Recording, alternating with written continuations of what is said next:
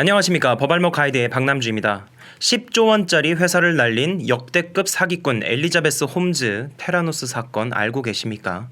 피 몇 방울로 240여 종의 질병과 암을 진단할 수 있는 에디슨 키트를 개발했다고 사기를 쳐서 14억 달러의 투자를 받은 어처구니 없는 사건이죠. 관련 내용은 긱벨 채널에서 아주 자세히 알아볼 수 있습니다. 그런데 이와 비슷한 사건이 우리나라에도 있다면 믿으시겠습니까? 바로 인보사 사건입니다. 아니, 비슷한 게 아니라 더 심각한 사건입니다. 인보사가 뭐냐면요, 바로 코오롱생명과학이 개발한 골관절염 통증 완화 치료제입니다. 세계 최초의 유전자 세포 치료제라고 알려졌던 치료제죠. 세계 최초, 유전자, 세포, 뭔가 느낌이 킹갓 엠퍼러 제너럴 충무공 마제스티 느낌 나죠. 암튼 이 인보사는 2017년 7월 국내 식약처의 승인을 받고 최대 700만 원 정도로 판매되고 있었는데, 연골세포 그리고 연골세포와 성장인자로 만들어진 두 가지 액으로 구성되어 있습니다. 이 1액과 2액을 섞어서 골관절염을 겪고 있는 무릎 같은 곳에 주사를 하면 통증이 완화된다고 주장을 했습니다.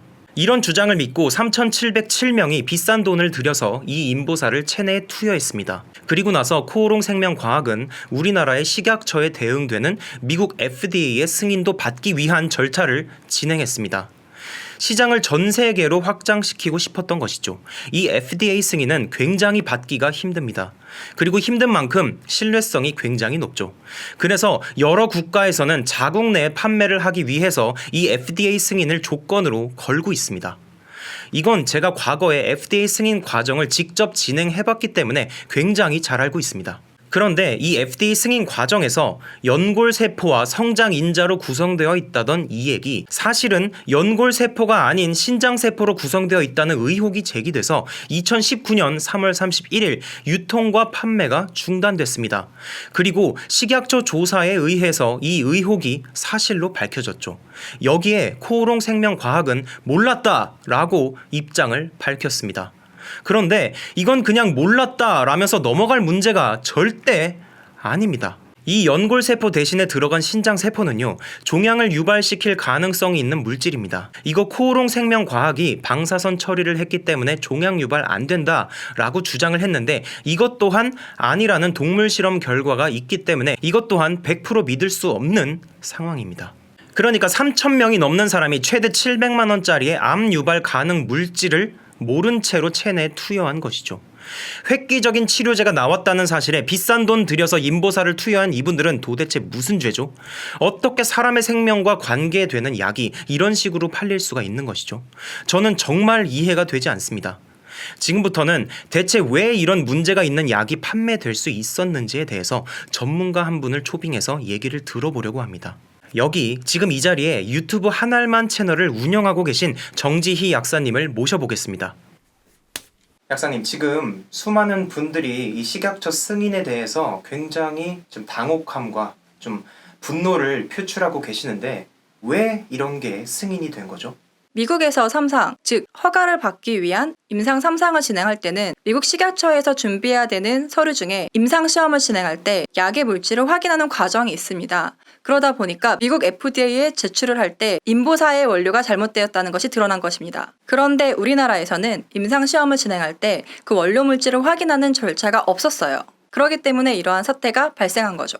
그러니까 코오롱은 그게 중요한 문제임에도 불구하고 의무사항이 아니었기 때문에 제출을 안 했다는 건가요? 네, 코오롱생명과학은 환자를 위한 제약회사이기 때문에 이런 부분을 확인하고 식약처에 제출했었어야 합니다. 이 사건이 밝혀질 당시에 코오롱생명과학은 본인들은 몰랐다고 주장했으나, 최근에 한 언론 보도에 따르면 실제로 식약처에 제출했을 당시 코오롱생명과학은 인지하고 있었음이 드러났습니다. 지금 말씀을 들어보니까 아예 작정을 하고 제도의 허점을 이용해가지고 승인을 받아버린 거라고 생각이 드는데 맞습니까?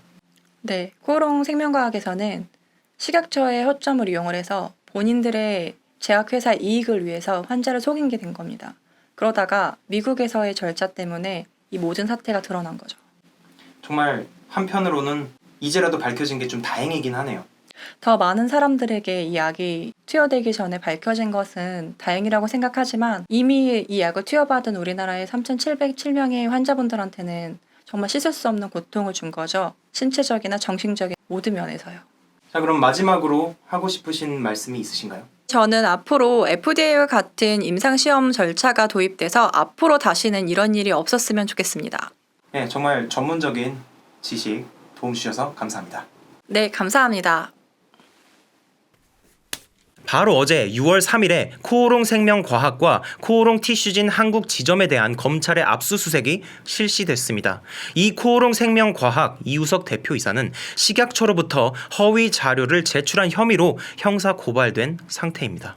검찰 수사는 코오롱 생명과학이 인보사에 대한 허위 자료를 알고도 제출을 했거나 관련 사실을 은폐했는지에 초점을 맞춘다고 하네요. 또한 인보사를 투여한 피해자들과 코오롱 생명과학과 코오롱 티슈진의 소액 주주들이 손해배상 청구 소송에 나서고 있다고 하네요.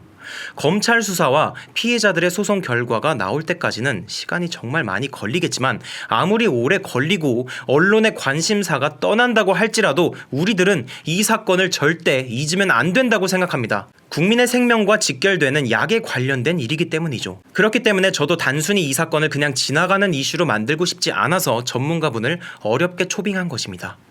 이번 영상이 여러분들에게 도움이 되기를 바라면서 오늘 영상은 여기서 마치겠습니다. 감사합니다.